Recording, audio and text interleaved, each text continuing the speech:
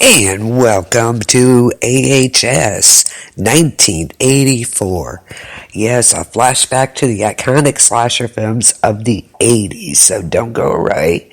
We're going to discuss episodes 1 through 3. So we'll be right back.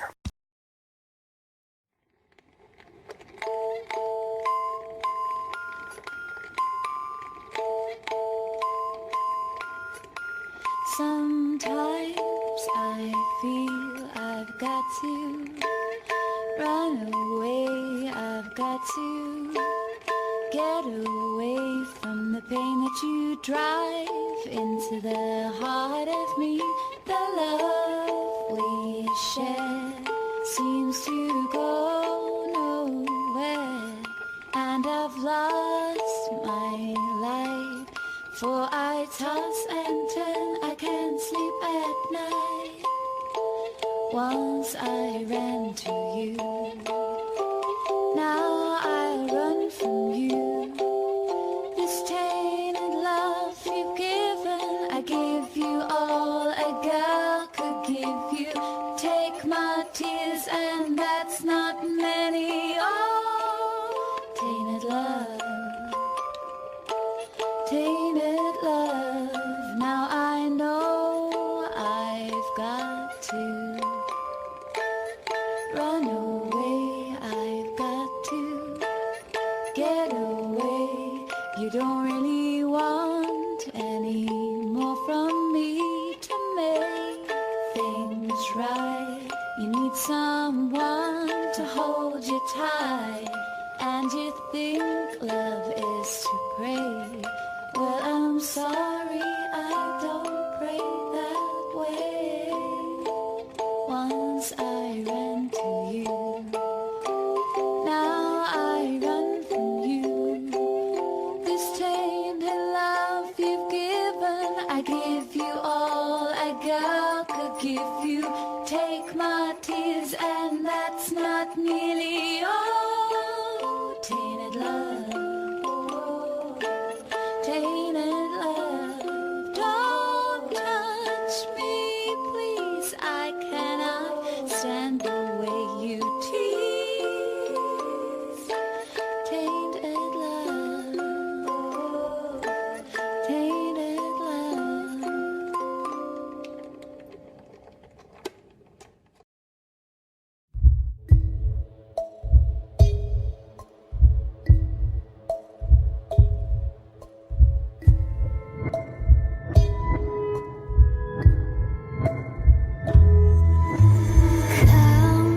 If you're curious to see, pull the tricks out of my sleeve. All you find is yours to keep.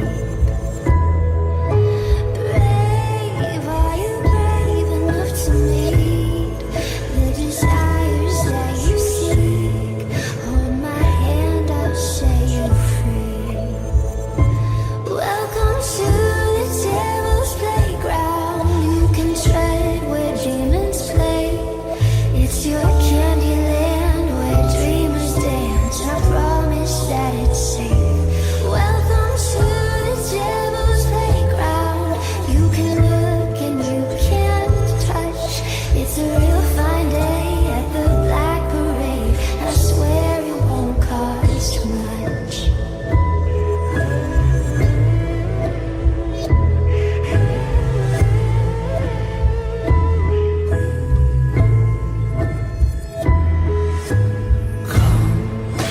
Pull up your throat and sit. The good and bad cease to exist. And your command is our wish.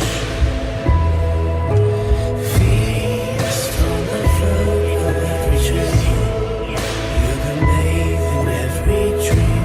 The seas of freedom are yours to keep. Welcome to the devil's playground. You can tread where demons play. Here's your candy land where dreamers dance, and I promise that it's safe. Welcome to the devil's playground. You can look and you can touch. It's a real fine day at the Black Parade, and I swear it won't cost.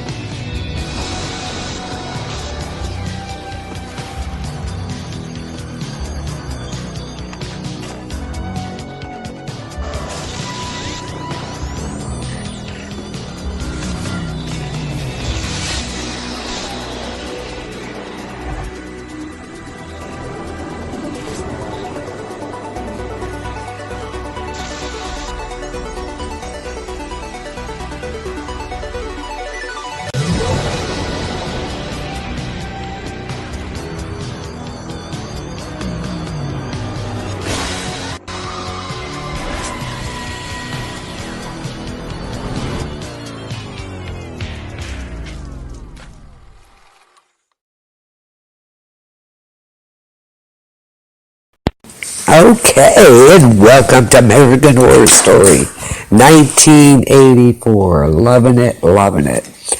Okay, let's get right into this.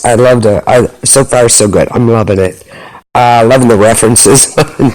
It's just great. The first episode is called Camp Redwood.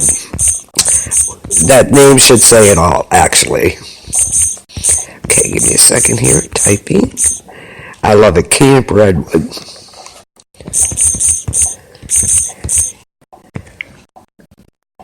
There you go. So that's what we're going to be discussing first. It's crazy, crazy. So, you got to love the beginning. It brings us back in time, of course.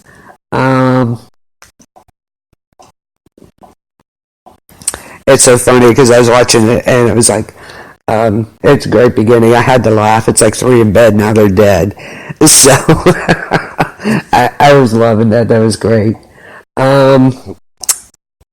So it takes us with the 3 most important elements, of course, of a slasher classic. You have the sex, okay, the synth beats, of course, and the stabbings. Oh, yeah.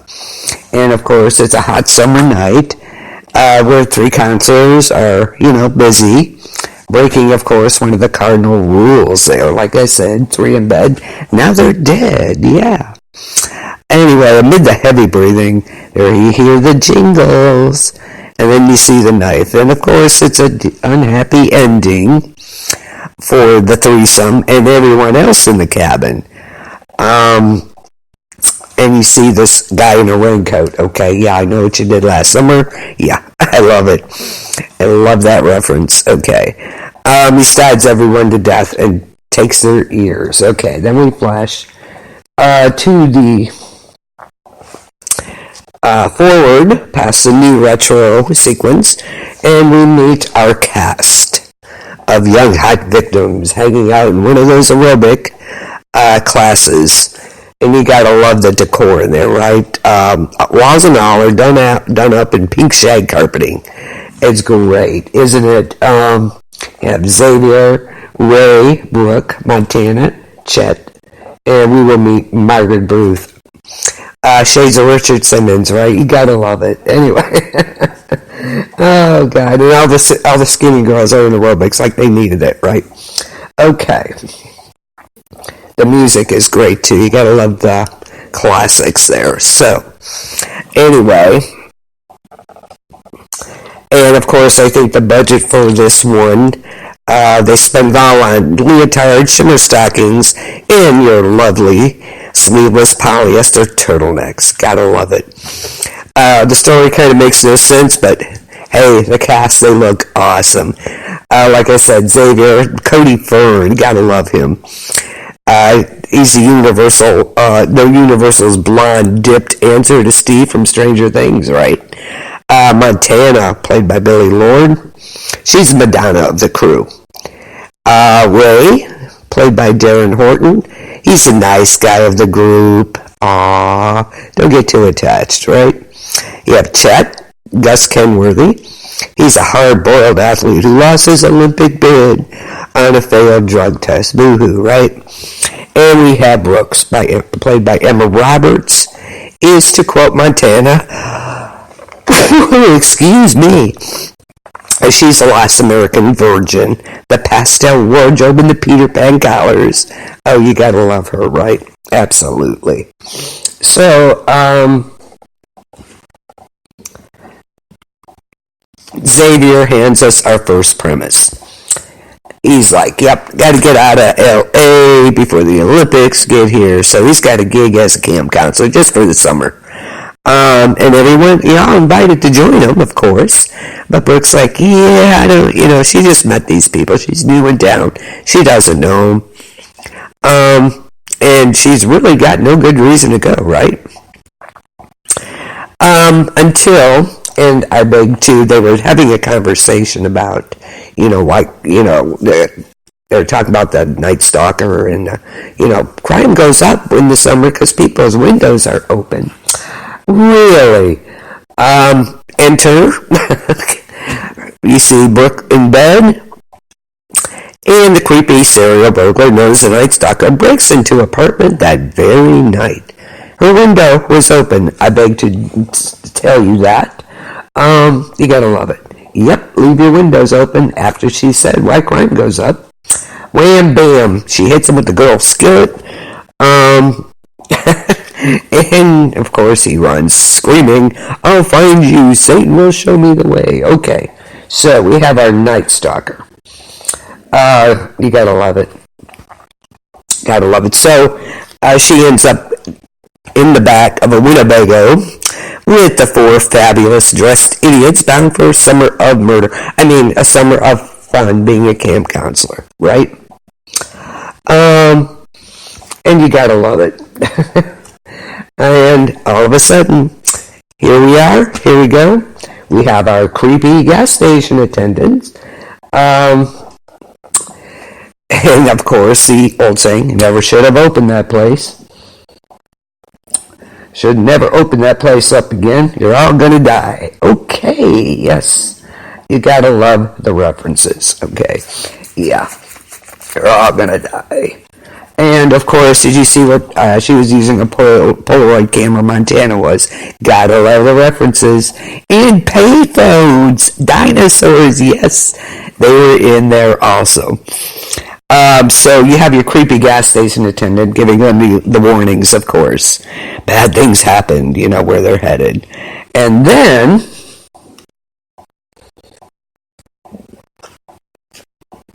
yeah, I love these cliches that they're doing. They're everything you shouldn't be doing, right? Of course.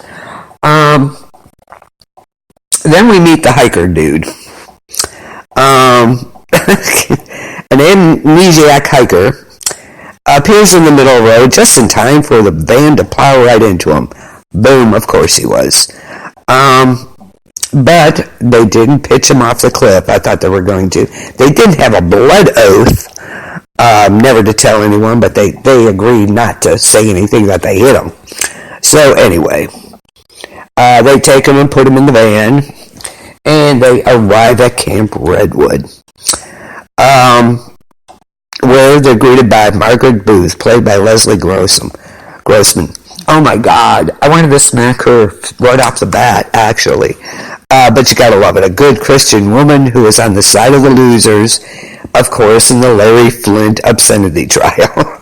And she intends to spend the rest of her life teaching impressionable children to embrace Jesus and reject Van Halen.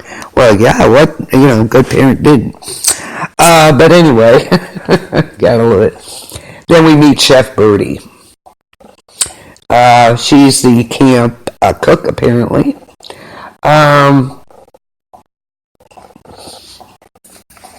You gotta love her. So, anyway, then they're talking around the campfire. The old 14 years ago camp massacre, right? So they're talking about it, and they're like, well, if you want to get it right,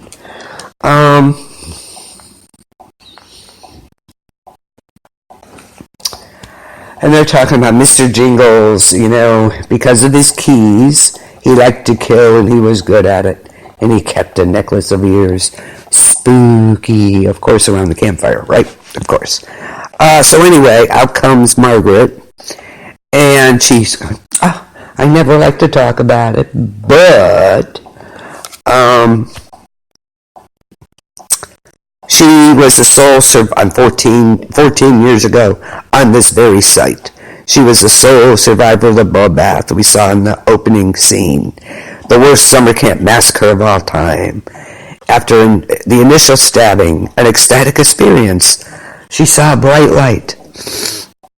And it allowed her to play dead while Mr. Jingles took her ear off. She didn't move, not a twitch. So, she comes by her holier-than-thou attitude, honestly. Excuse me, I'm still fighting a cold here. Anyway, so let he who is without ears cast the first stone, I dare you. Okay, so, we fast forward again to later that night when the counselors, of course, she has rules. The boys have their cabin. The girls have theirs. Girls take showers in the AM, boys in the PM. No fraternizing. Oh, my God. But anyway, they're against the rules, co-ed fraternizing. It's interrupted by Trevor. Enter Trevor, played by Matthew Morrison. And, of course, he's the activities counselor, activities director. A fellow aerobics enthusiast, of course. And let's put this delicately. He has junk so big it should have its own zip code, okay? And of course Montana's like drooling. And it doesn't take long for her to make her move. And next thing you know, she's in the lake. Oh, it was so hot. Yeah, okay. And the two are getting it on. And, of course, the lake is bottomless. Yes, of course it is. So, something bad is going to happen, right? Of course. Their little hookup there is interrupted by the arrival of course, two more elements. You got to love the storm. Okay. Late night swimming and a storm. Boo. And a mysterious car. Could it be the serial killer? We don't know. The answer? Yes, of course it is. Okay. You gotta love it. And then we also see, of course, the other element going on too, the escape from the mental asylum. Yeah, gotta love it. Mr. Jingles is played by John Carroll Lynch. Of course, he's escaping the mental institution, killing a guard, and releasing all the inmates before fleeing into the night, of course. They found a clipping in a cell about the reopening of Camp Redwood. Of course, that reveals the motive. Aha! And he's going back to finish the job. He knows that Margaret survived the massacre, so he's going to go back to finish her off. Okay, then Brooke ventures into the infirmary later that night to check on the hiker. That's kind of crazy. Why would you do that? But anyway, she finds the hiker slaughtered and missing an ear. And then she finds Mr. Jingles, who chases her through the mud, of course, in the storm and the mud. And I think she falls too, if I'm not mistaken. And he disappears, and taking the dead hiker with him. Of course, he's hanging on the door. What a surprise, right? Loving it. And of course, no one believes her back at the cabin. She's all mud head to toe and everything else. No one believes her. Poor Brooke. And it's of course the body disappears. She tells everybody, they go look, not there. She looks like a crazy hysteric who sees boogeyman lurking in every shadow. She's thoroughly rattled. Nobody believes her, and she goes to bed. Poor Brooke. And then wakes up to the repeated ringing of the payphone. And there she goes, out to answer the payphone. And I'm over here yelling, no, don't go out there. Why would you do that? Stop it. Which is great. You gotta love it.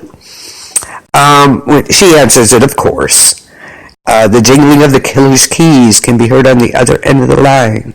And at the same time, the Night Stalker who attacked her at the start of the show appears lurking in the woods near the cabin. Great, we got two of them now. And why?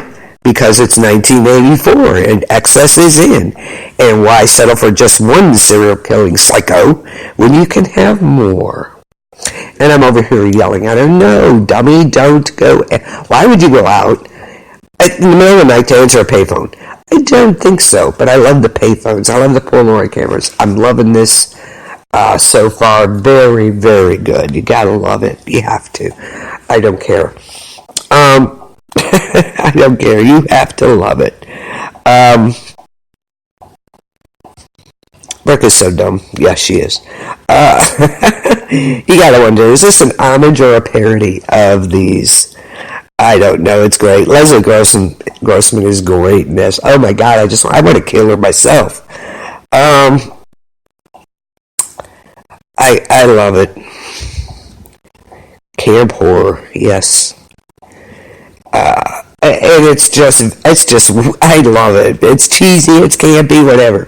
And who doesn't like that kind of stuff?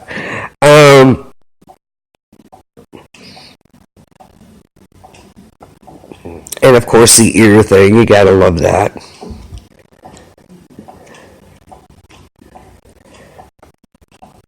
So they're at, you had the creepy gas station attendant, the proverbial storm, and the slasher chasing her through the woods in the mud, and etc.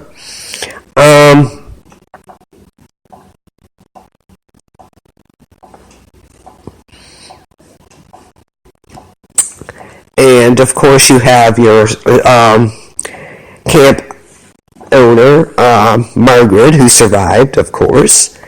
And God forbid, they have to be cleansed, be pure, go take a shower. Okay. But that pretty much sums up the first episode. You gotta love it. They introduced us to these characters. And of course, the aerobic class, shades of Richard Simmons. Loving it. So, moving on, we're going to jump right into episode 2. Only because we're going to keep it going here. And why not, right? So she answers the phone. The Night Stalker's out there. And then you see, let me see here. I gotta get my notes.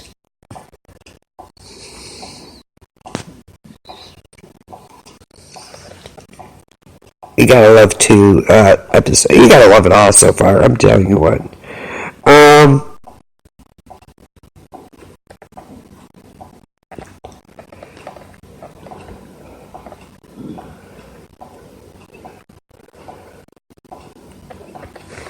And, of course, episode 2, it's called Mr. Jingles. And, of course, everything's already going off to a pretty scary start at Camp Redwood. You have 2 different serial killers running around. Nobody knows there's 2 yet. But this week, we're only focusing on one.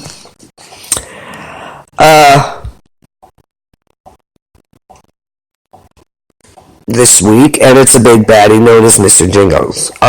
Again, John Carroll Lynch plays him. And it's so called for the second most terrifying possible reason.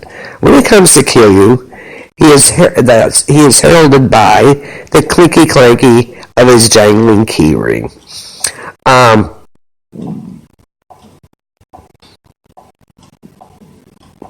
But the first most terrifying reason should be, obviously, would be that he sings a 187 Cars for Kids theme song while he murders you.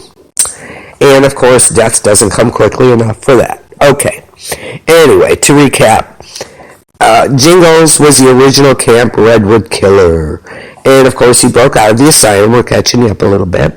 With the goal of finishing off Margaret. That's the only thing he wants, really, is Margaret.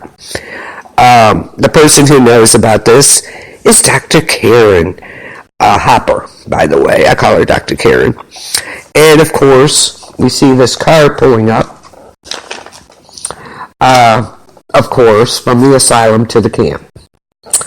And, of course, with the ominous warning to leave, you need to go, no one is safe. And, of course, you have Margaret, Lord love her, she's determined to open that camp. The children are coming in the morning. Not if you're dead, they ain't. But anyway, and, of course, she goes, and I'm strong. He won't survive me. And who gets killed first? Oh, let's see. And she's like, I refuse to let fear dictate my life. It's an admirable quality in any other scenario. but except the one where a violent serial murderer is literally coming to murder you. So there you go. So don't let fear dictate your life, girl. How about your next 24 hours, though? Okay. Dr. Karen leaves. She's frustrated. And guess what? Who gets killed first?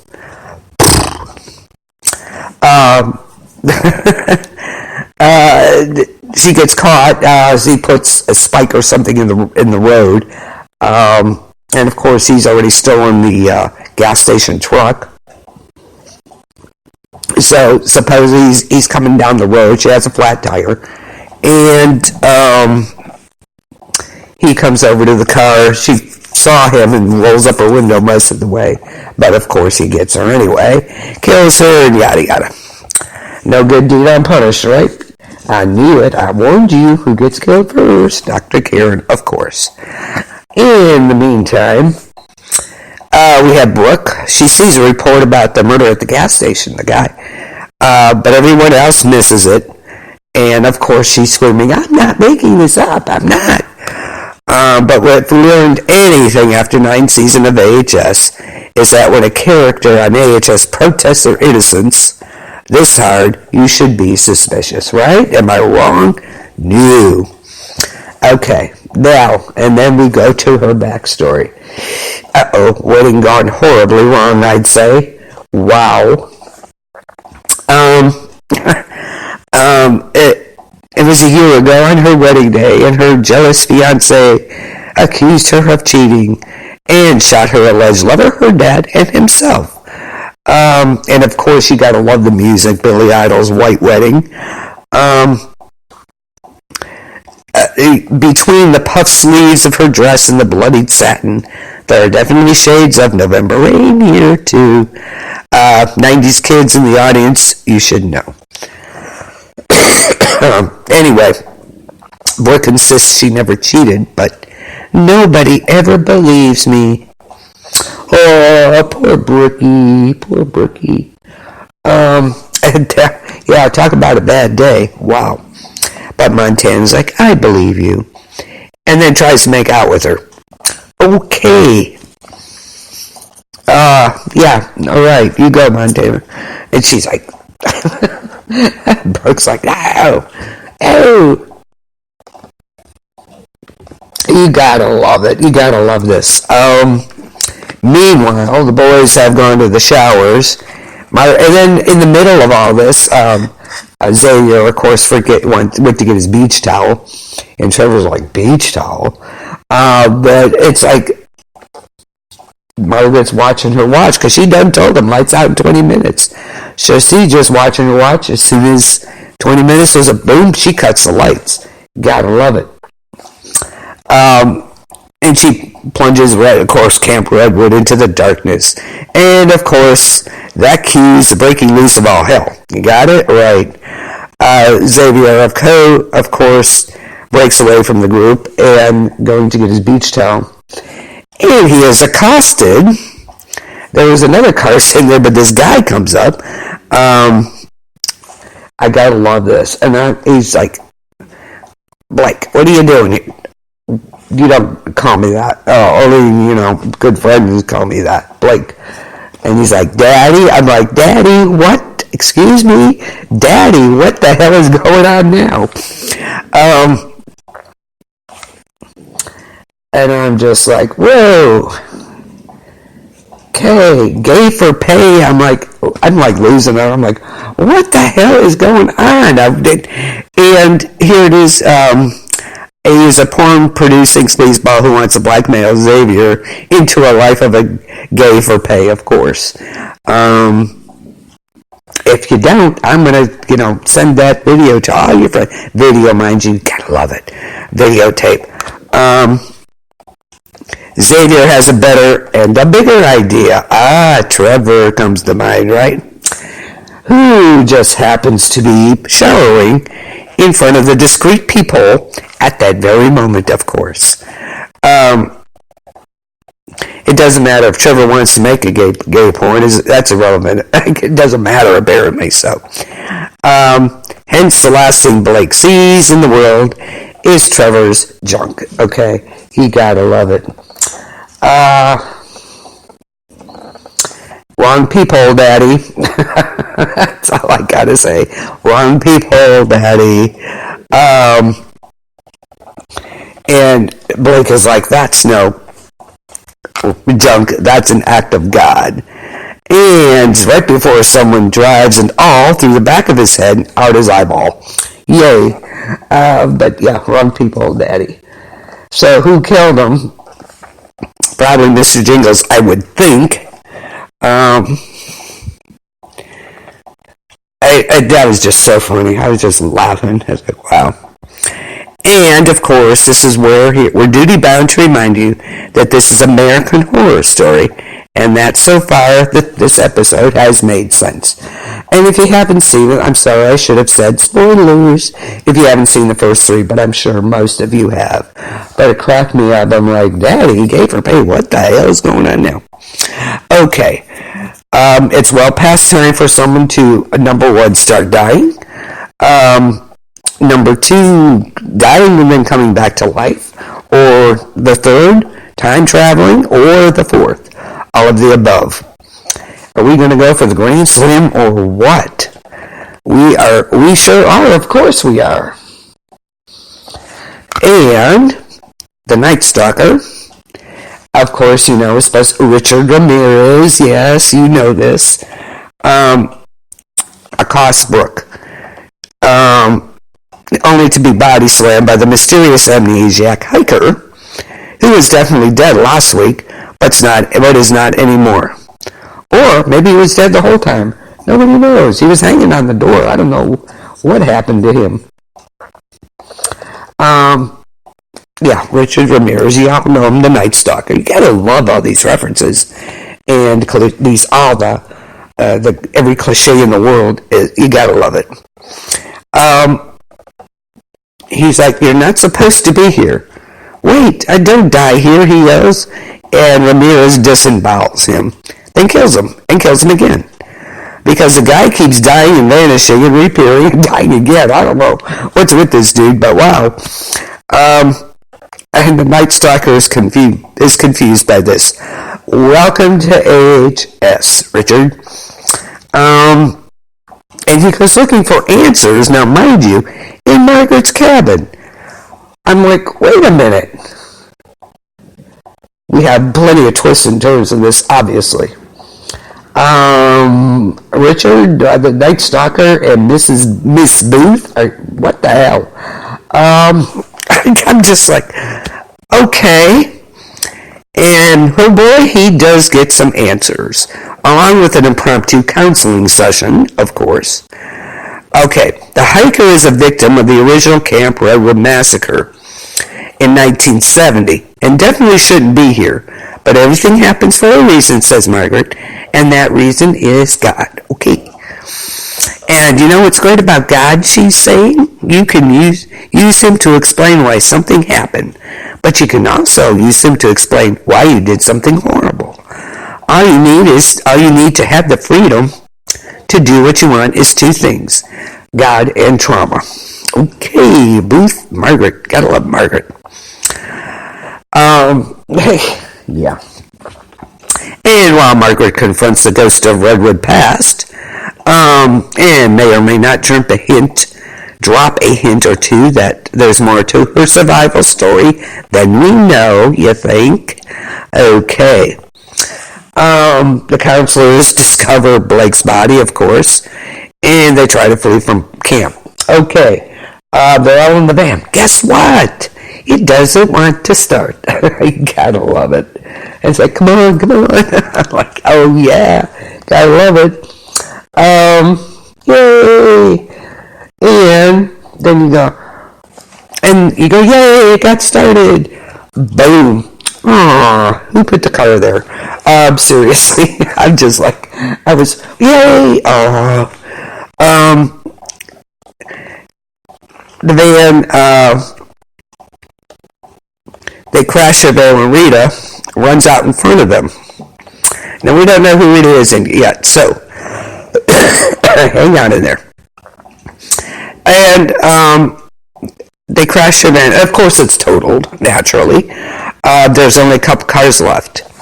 You gotta love this. I love it. You gotta love it. Totals the whole van. They couldn't have been going that fast. They were just leaving.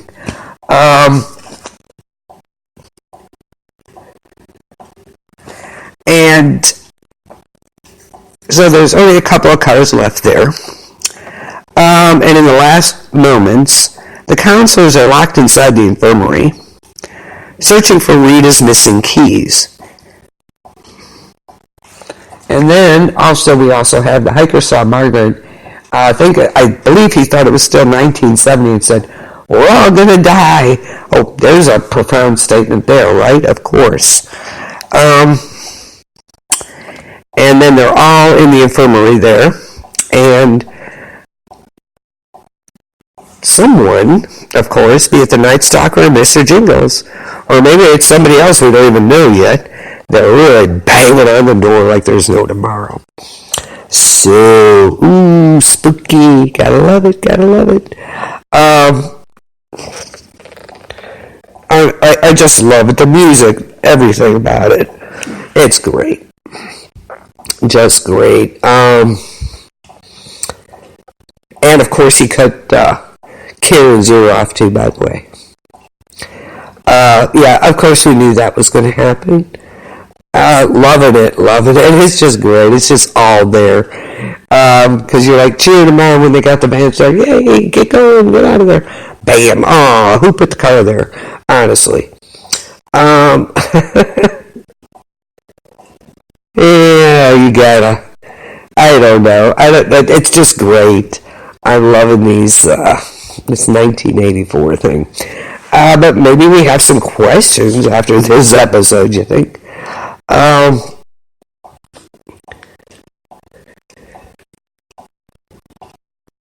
That's crazy. What the hell is going on with that hitchhiker? I don't even know what he was doing there. So we got this character. He keeps getting killed. I don't know how many times. 3 times, okay, so far. Once at the premiere, twice in the second episode. He was murdered twice in quick succession by the Night Stalker. And his weird things like, "You're not supposed to be here. I don't want to die. You're all going to die." And later he runs into Margaret. We learn his name is Jonas. I missed that because I didn't realize that was his name. His name is Jonas. Oh, and he was... How did I miss that? I don't know where I was at that point. But okay.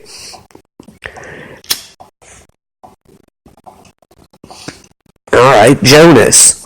And he was a camp counselor when the previous... Okay, so...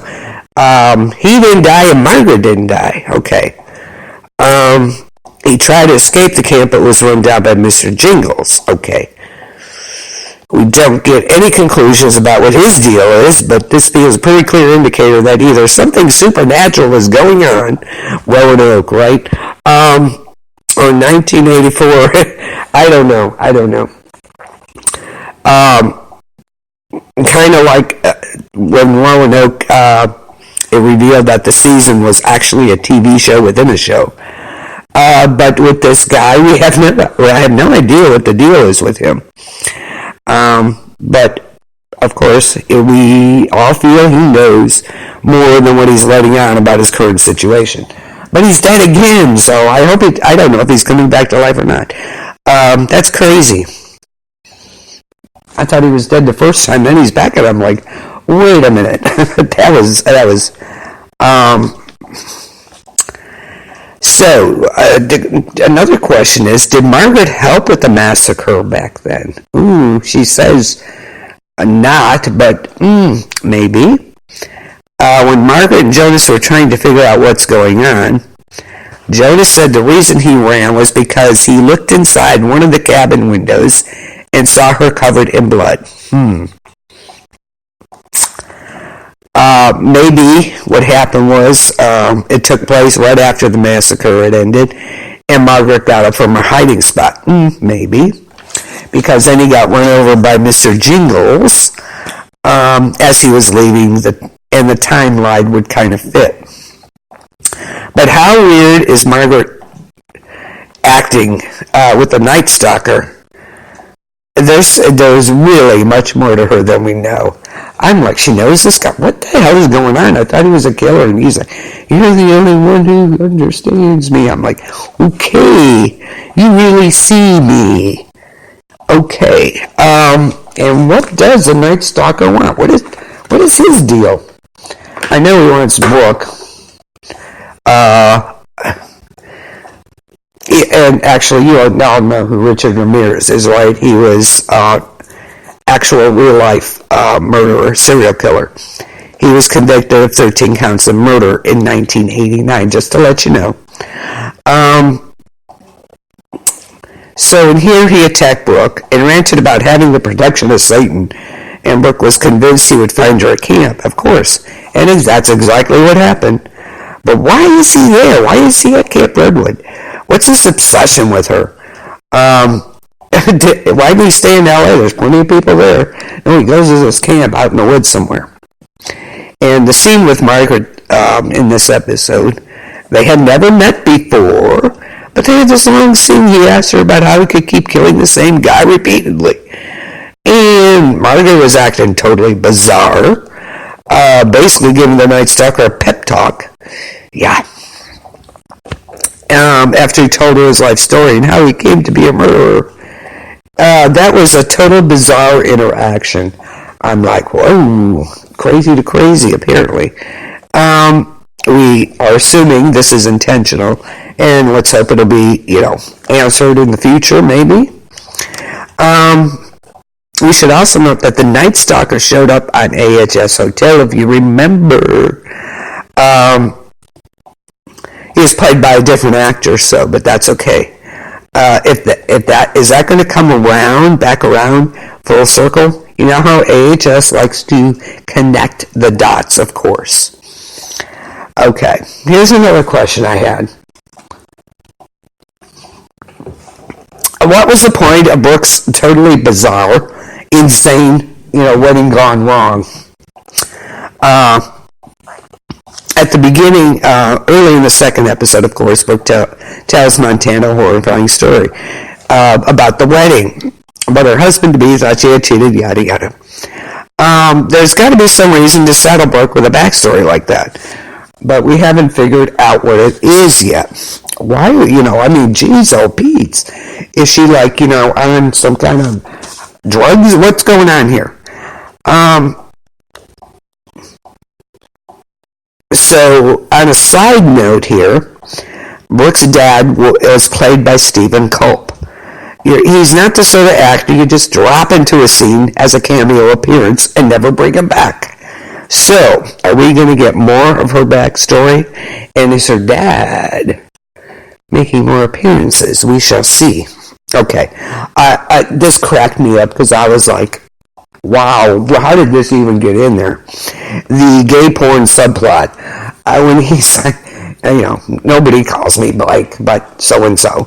And he goes, Dad, like Daddy. I'm like, Daddy what? And gay porn, I'm like, what the hell is going on here? This guy named Blake, he shows up to hassle Xavier, of course. And apparently he had done a gay porn film, but he's like, nope, I'm straight, I'm not gay. And this guy wanted him to do more. And he's like, no. And, of course, Xavier gets out of the car, and he's telling him, look, there's somebody better, and da-da-da. Of course, and just, wrong people there, bud. And why are you introducing this now? What has this got to do with everything? With the Blake dead, is this just a character building for Xavier, or just his backstory, or what the deal is? Excuse me. And why did maybe we're going to get more of Mr. Jingles' backstory, why he snapped in the first place. It seems to be he's out for revenge for Margaret, okay, the woman who survived his slaughter. And, yes, put him in prison. We've seen flashbacks to the 70 massacre. It's still kind of unclear what made Mr. Jingles snap the night he murdered all those kids. But this is AHS, so of course there's more going on. And then we know, of course. So who's going to live and who's going to die? The big questions we always ask. This question has to be asked about every season of American Horror Story, to be honest with you. We're particularly worried about the fates of this crop of characters, so considering the theme. Of course, in the second episode, the only ones who died were the interlopers rather than the main characters. And we know that's not going to continue, right? What's the twist here? I'm sure we're going to find out. With American Horror Story, one of the big elements with them interesting is that each season tends to contain some kind of major game-changing twist. You know this. Nothing is ever as it seems. In Apocalypse, the show killed off most of the main cast, a couple episodes, and transitioned into a crossover between Coven and Murder House. Back on Roanoke, they revealed midway that we had been watching a reenactment of real events. A show within a show within a show within a show, right? Before the real ghosts started going after the cast. It would be difficult to make a straight homage to 80s slasher movies. The last 10 episodes, we can't help but assume that AHS 1984 will feature some kind of similar change-up. And the stuff with Jonas at camp concert keeps coming back to life. This twist is going to be a doozy for sure. I can't figure out. They've killed him 3 times as far as we know. Kind of crazy. Okay, we're going to take a quick break, and we'll be right back with episode 3, Slashdance. Can't wait to get into that. Be right back.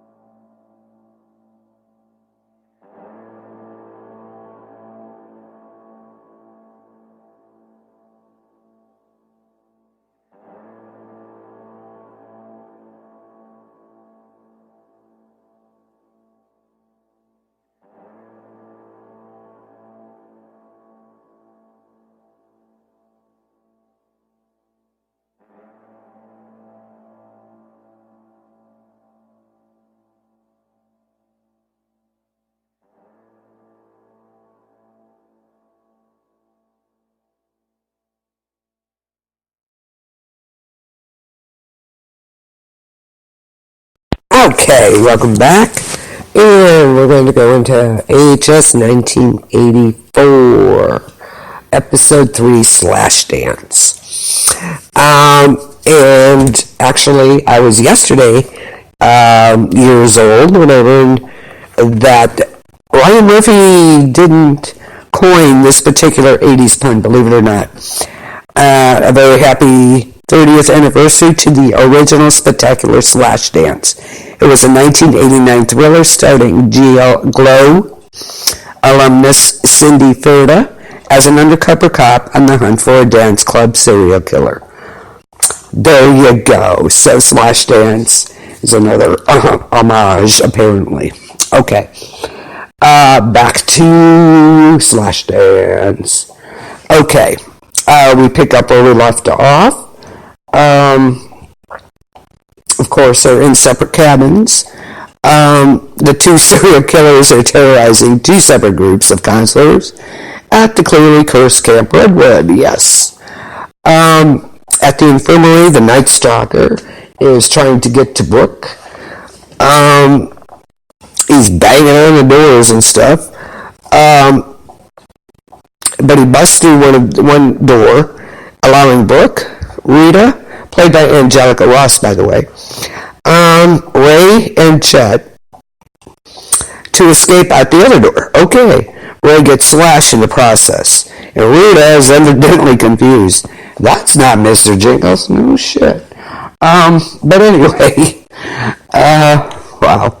But at the counselor's cabin, where Montana, crazy, and Xavier and Trevor are cowering, things take a weird turn. Instead of killing them, Mr. Jingles, out through the window,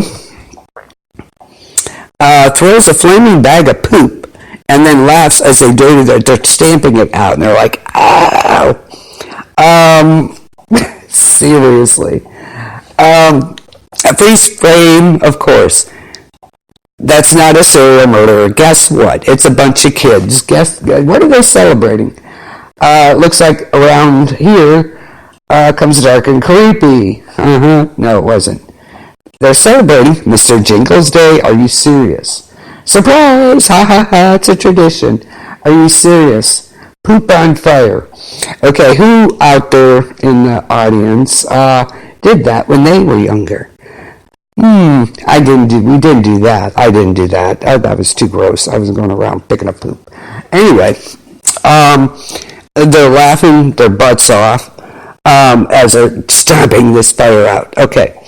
It's a bunch of kids celebrating Jingles Day, a cultural event that involves dressing in a mask and hooded raincoat and pulling pranks to mark the anniversary of the Camp Massacre. Seriously, guys, not funny this time. The real Mr. Jingles does not appreciate imitators, right?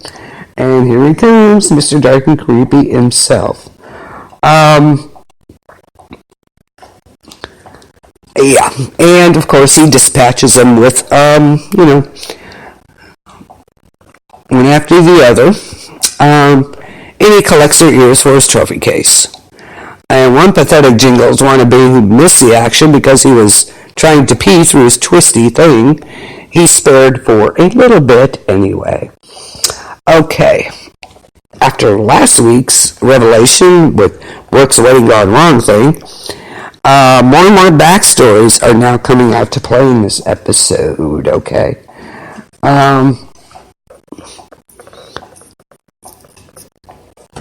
And, oh boy, some of our crew have been hiding capital secrets. Capital S secrets, of course. So, now we've got a Night Stalker, Mr. Jingles, a wannabe Jingles, and a wacko nurse. We find out, Rita is our first surprise. Brooke is out by the car, and da-da-da-da. And Rita injects Brooke with horse tranquilizers. And reveals she's not a nurse at all. No kidding, wow. She's a PhD student studying serial killers. Mindhunter style, there you go. Yeah. Donna Chambers. She's been studying serial killers, wants to study him in his natural habitat. Really. And sometimes sacrifices are for the good of science. Okay.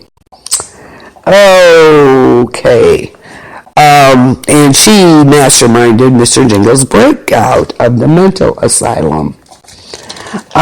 She told him how to get out, and to meet her at the camp, a new job, new name.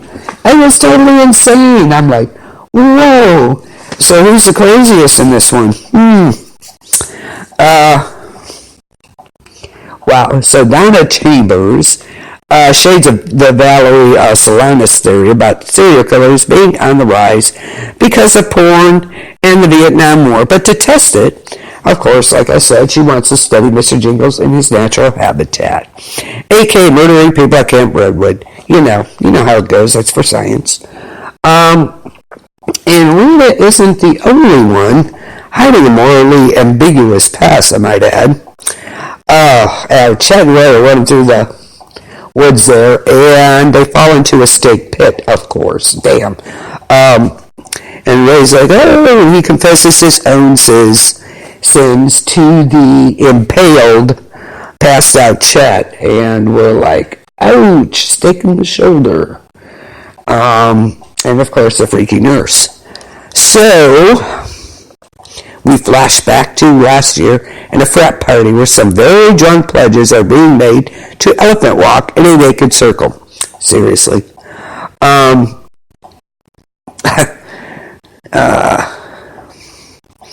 And with a side note, we have been reliably assured by actual frat boys that this is a myth. But of course, that's what an elephant walker would say, right? Okay. Anyway, one extra drunk pledge takes a plunge down the stairs and breaks his neck. The kind of thing that looks really bad on a frat's permanent record, right? Yeah. So naturally, Ray puts the body in the car and sends it over a cliff. But he finds out at the last minute that the dead kid wasn't dead after all. Oops. Well, he wasn't dead before, but he's dead now. And let's clear up just what kind of person this Ray is. He follows up this confession by climbing out of the pit, and he flees into the night, leaving Chet impaled there. Nice guy. Excuse me. Crazy. You wonder who the real psycho here is, right? I'm beginning to think they all are. But anyhow, he abandons, and to paraphrase Oscar Wilde, abandoning one friend to a gruesome and lonely death is unlucky. But this just looks like clear carelessness. Fortunately for Chet, Xavier and Trevor find him before Jingles does, and they pull him out alive. Oh, that was painful to watch. They're like, it's gonna hurt. I'm like, oh my god, that is freaking crazy. And that makes two impalings if you're counting on the previous scene. The real nurse Rita is found alive, but then is killed by Jingles. She's tied up in this other building. I'm not sure where she was, to tell you the truth. But she's killed by Mr. Jingles, who ends the pointy end of a broken oar down her throat. Nice. And they also kill the poor guy with a twisted urethra, which is unfortunate, but honest mistake that you kind of had to see coming. Oops. Because they thought he was Mr. Jingles, right?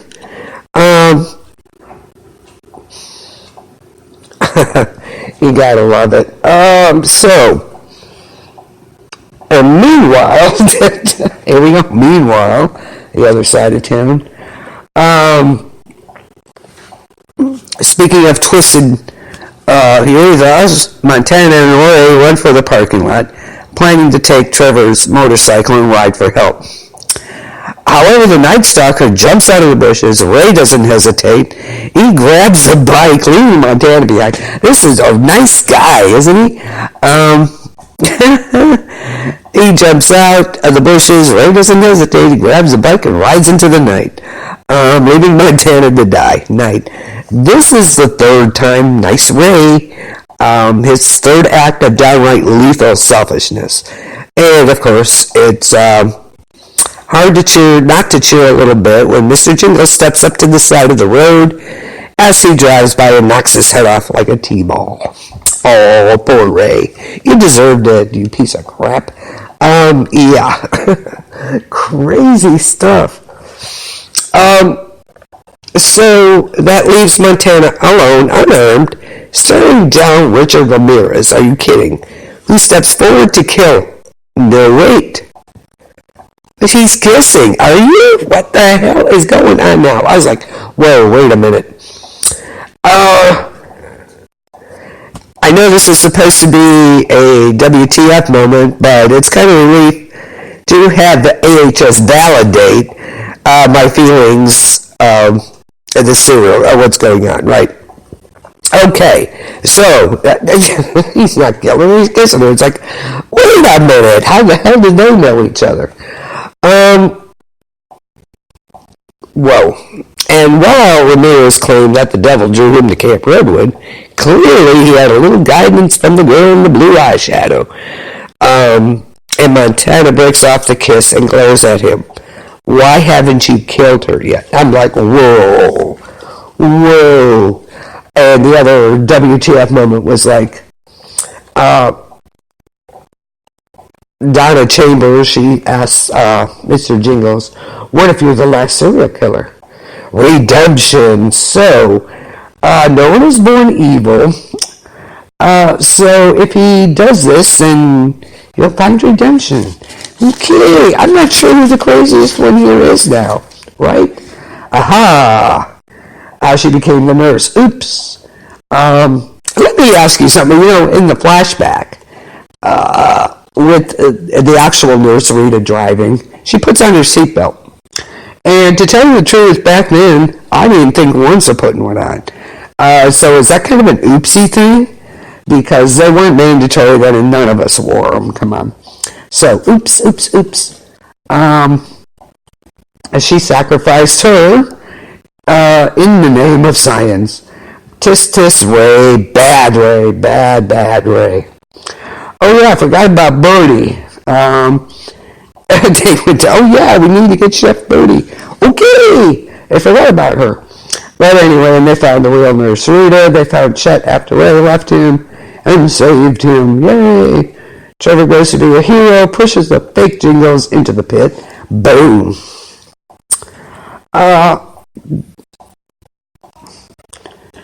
Wow, that was just crazy. I love when Ray had one boop, boop, boop. It's like, whoa. And then Montana asked Richard, why haven't you killed her yet? Are you freaking kidding me? I was really confused here. I kept just like, wait a minute. I thought she really had it, or she was going to knee him or something. Wow. This was totally off the rails here. So, I was like, whoa, I was kind of blown away here. Okay, so, again, you know, like I said, I should have said it at the beginning, and I apologize. Could be spoilers. We'll get into 4 and 5 tomorrow. We'll finish it up. Anywho, what we're talking about next, contains some spoilers through the 5th episode. You've been warned, okay? So just hang in there. You don't have to listen. And it's hard to believe we're at the midway point of 1984. Hard to believe because after 5 episodes, we have still no real idea where they're going with this whole damn thing. Okay? And while episode 9-5 answered a few major questions, those reveals create a bunch of new ones, of course. There's so many twists and turns in this, I'm not sure who the craziest one is, to tell you the truth. Wow. We can't help wonder how Ryan Murphy and Brad Falchuk and the rest of the creative minds behind this can possibly keep the slasher story going for 5 more episodes, but they will. We know. So, did Satan actually resurrect the Night Stalker and Mr. Jingles? And we'll discuss part of this tomorrow night. Okay, I'm going to skip that. So,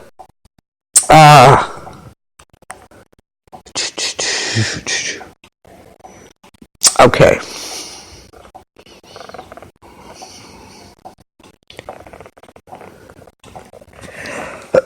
I'm going to skip, questions about episode 4 and 5, because we'll do that tomorrow. That's crazy. So we'll wait. So, we're not going to go on here. So, what in the world is going on with those dead people? Okay, Satan's involvement? Don't know yet. We'll discuss that tomorrow. Jonas, the old camp counselor from 1970, was killed multiple times. He keeps coming back. It's happened 3 times so far, once in the premiere and twice in the second episode. And he said weird things like, "You're not supposed to be here, and I don't die here." What do you mean you don't die here? Where are you going? And then later he runs into Margaret, and we learn his name is Jonas, camp counselor, yada yada. He tried to escape the camp, was run down by Mr. Jingles. And extra wrinkle that we learned that it was actually Margaret who was responsible for the previous massacre. Oh my God. There's a bigger twist for the story than Satan is helping out the bad guys. There's gotta be. So,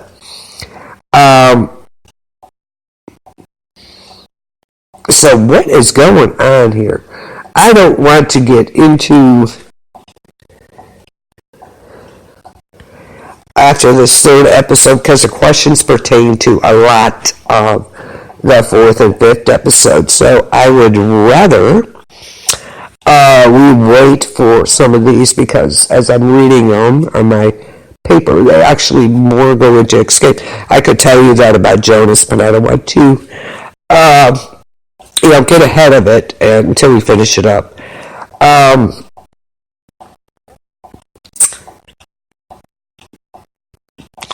How many more secret relationships will be revealed before the season ends? Oh my God, are you serious? Absolutely. Crazy. And we'll be finding out what's with the wedding gone wrong thing there.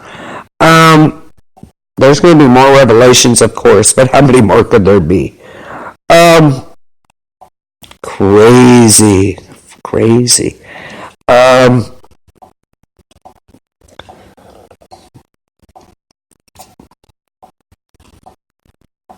So, what's up with this gay porn subplot here? Of course, in the middle of the first episode, a guy named Blake shows up to hassle Xavier. He had once done a gay porn film for him, and he wanted him to do more. Of course, Blake gets murdered. So why, again, we asked this question before, why this plot point now? With Blake dead, it's kind of a moot point, right? Who's going to live and who's going to die? Oh no. What's the twist? We kind of discussed that a little bit. It seems like it would be difficult to make a straight homage to 80 slashers movies. The last 10 episodes. We can't help but assume that 1984 will feature some kind of similar change-up. We've got 2 characters who've been dead, resurrected, or dead again. I don't know what's going on there. And that definitely feels like some groundwork for whatever major twist is coming. Yes, absolutely. Wow. I'm not sure what the hell is going on, but I'm sure we're going to find out. Especially after that end of episode 3. Why haven't you killed her yet? Excuse me. What the hell is going on here?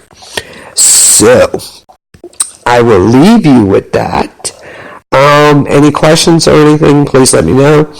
You can go to KBLP LLC on on Facebook. You can get a hold of any of us through there.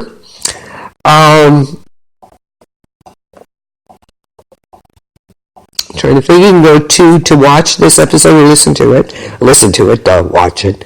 You can go to KBLP LLC4 and listen to it at your leisure. I know it was late when we started, but I had to play catch up. I've been trying to play catch up since I got the new tablet and the new phone, trying to figure everything out here and get music downloaded, etc. But we will get caught up on everything this week. So tomorrow night after Sports Talk, join me for AHS 1984 episodes 4 and 5. Gonna love it, I promise you. We'll get some questions answered, but there's more created again, of course. Wednesday, join in Sports Talk, of course, tomorrow night. Michael will be joining me. Can't wait. It's going to be great.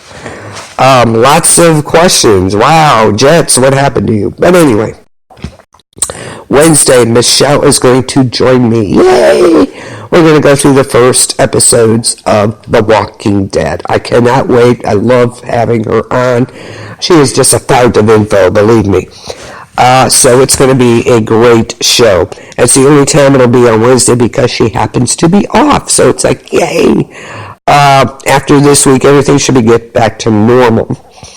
Thursday, of course, DWG, Decades with Denise will be on Halloween music for the next week and a half, basically. I will be letting you know at night I'll be going to the Haunted Hydro for a live podcast. It's a haunted attraction here, and I hope it'll be great. I'm looking forward to it. It's going to be a lot of fun. Friday, we have Hollywood Review, and of course, as always, our Freaks in the Basement. Saturday, I might be doing a live episode Saturday. I'm not sure. So I will let you know. If not, then Encounters will be on. But I'm pretty sure it's going to be Saturday. But I'll let you know for sure, okay? And, of course, back to Sunday. Sunday night will be HS after The Walking Dead. Monday we usually don't have anything on. Maybe I should do, Planet B.O.B. Planet B. Up Here Beeper will be on Monday. So it's got to be on Sundays. Tuesdays, Sports Talk and The Walking Dead. Wednesday, sure, I'm taking the day off, guys. Sorry. Thursday, of course, is Halloween. I have a Halloween special. So join us for all this good fun. Hope you do. So I will leave you with that. Why haven't you killed her yet? Hopefully some of these questions will be answered. Okay, I will leave you with that. Y'all have a great week, and I will see you tomorrow. Peace out, y'all.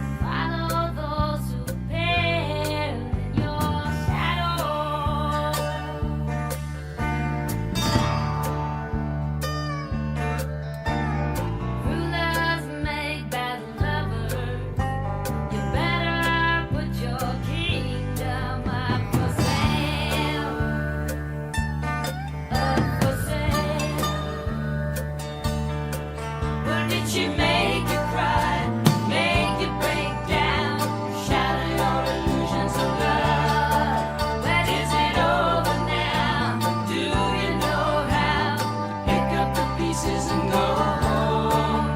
Did she make you cry, make you break down, shatter your illusions of love? And now tell me, is it over now? Do you know how to pick up the pieces and go home?